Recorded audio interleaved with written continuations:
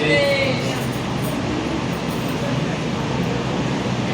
अपना ये गुरु महाराज जी का 12वां भंडारा मथुरा में संपन्न हुआ।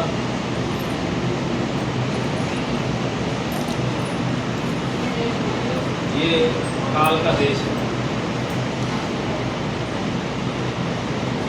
वो सब अपनी मर्यादा में बंधे हुए हैं। ब्रह्मा विष्णु महेश सबकी अपनी अपनी जिम्मेदारी है।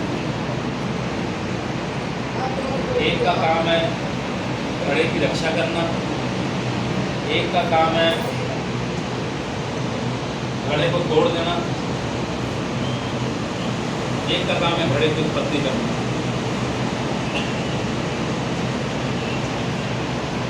काल का एक नियम है, जब कहीं दया का कोई कार्यक्रम संपन्न होता है तब तक तो उसमें कोई विघ्न नहीं पड़ता।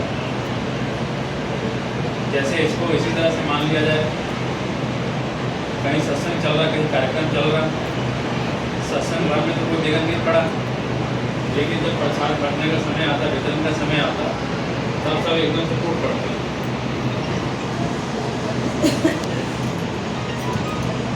लेकिन महात्मा दयाल के संबंध में प्राय ये होता कि महात्मा के कामों में कभी भी काल को विघ्न नहीं डालता, वो सब इससे तरह कामते हैं।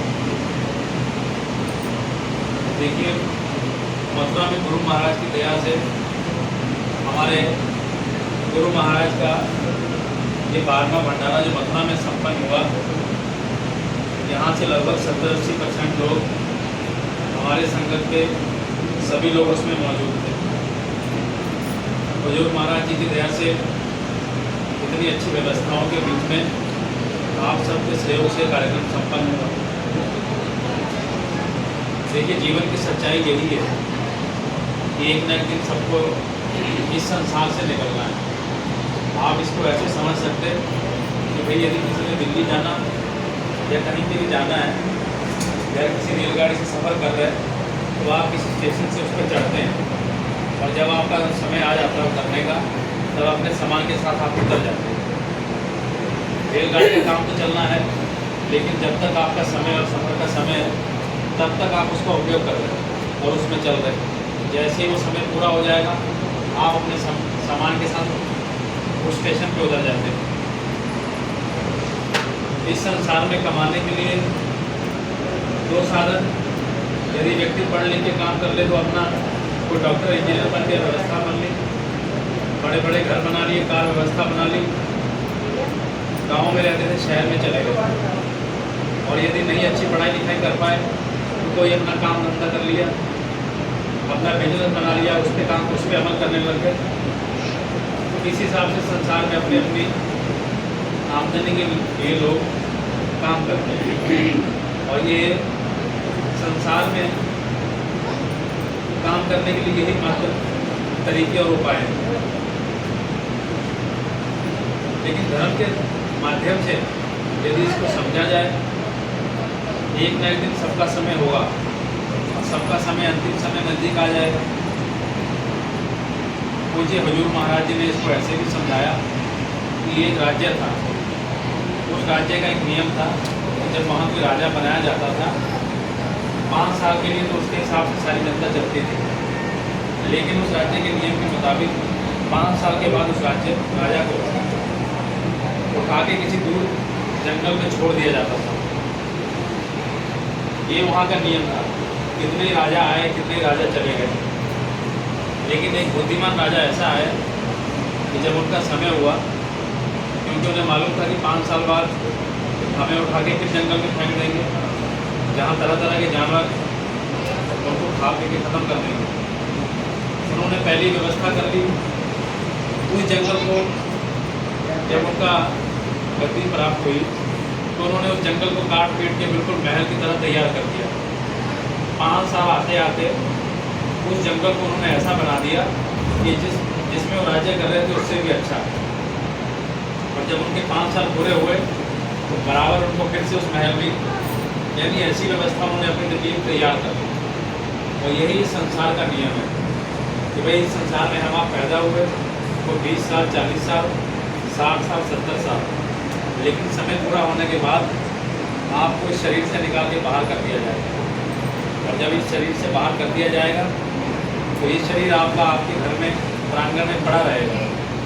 यही लोग जिनको आप समझ रहे कि हमारे अपने लोग हैं, हमारे बच्चे हैं, हमारे पति पत्नी हैं, अरे हमने इनके लिए कमाया खाया, यही बोलेंगे कि हमें इनसे डर लग रहा है, इनको उठा के आप कहीं जला दो, इनके साथ के कपड़े भी जला दो, जिस पे ये रहते थे खाते थे वो बर्तन भांडे भी जला दो, इनका बेड भी जला दो। यानी आपसे उनको भय लगने लग जाएगा। और फिर यही नहीं, अभी तो आपके लिए अच्छे अच्छे कपड़े आप इंतजाम कर रहे हैं, तो उस समय ये बात आ जाएगी कि भाई इनका तो शरीर पूरा हो गया, अब जाओ बाजार में से कोई कफन खरीद लाओ। तो ये नहीं कि कफन महंगा, सबसे सस्ता कपड़ा, अरे भाई अब मरी तो गया है और भी ये सस्ता कपड़ा उठा लाओ और इनको जलाना भर तो है, और वो सस्ता कपड़ा उठा के आपके शरीर पे डाल के आपको जला के फूंक देंगे और आपके नाम के आगे स्वर्गवास लगा दिया जाएगा। भैया आपने पूरे जन्म पाप किए, कर्म किए, लेकिन सबने स्वर्गवास करा दिया। दादाजी जिंदगी भर शराब पीते रहे, मांस खाते रहे, मछली खाते रहे, उनको भी स्वर्ग भेज देंगे। जो लोग बुरे काम करते रहे उनको भी स्वर्ग। आज तक देश दुनिया में आप बताइए कि भाई सभी को स्वर्ग भेज दिया जाएगा, तो भगवान का बनाया हुआ नरक गलत थोड़ा है कि उन्होंने गलती से नरक बना दिया, ऐसा नहीं। लेकिन ये बात सोचने की कि भाई जब समय पूरा हो जाएगा, जिसको आप अपना समझ रहे, यही लोग आपको उठा के जला के ख़त्म कर देंगे।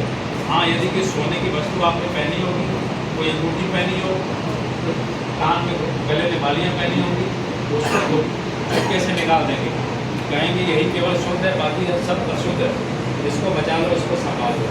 तो आपको समझना चाहिए कि इस संसार में जो समय हमको आपको मिला उसका मुख्य लक्ष्य क्या है, इसलिए वो आपको मिला। आज धर्म के नाम पे देश दुनिया में तरह तरह की लड़ाइयाँ झगड़े हो रहे हैं, हिंदू मुसलमान हो रहा, धर्म के नाम पे इतने बड़े बड़े मुद्दे उठा के देश दुनिया में वर्ल्ड वार 3 की समस्या तक आ पड़ी। अब आपको ये समझना चाहिए कि महाभारत में युद्ध हुआ, त्रेता युग में युद्ध हुआ, उस समय कोई हिंदू मुसलमान नहीं था, उस समय यही था कि केवल गलत कर रहे और इनको समझाया जाए, बताया जाए। रावण ने गलत किया, बताया गया, समझाया गया, कंस ने गलत किया, बताया गया, समझाया गया, लेकिन जब नहीं माने तो उनका काम हो गया। ये काम है, क्योंकि जिसको घड़े की रक्षा करनी है, जिसको इस देश दुनिया को चलाना है, व्यवस्था बनानी है, वो अपने हिसाब से इसकी व्यवस्था बनाते, इसका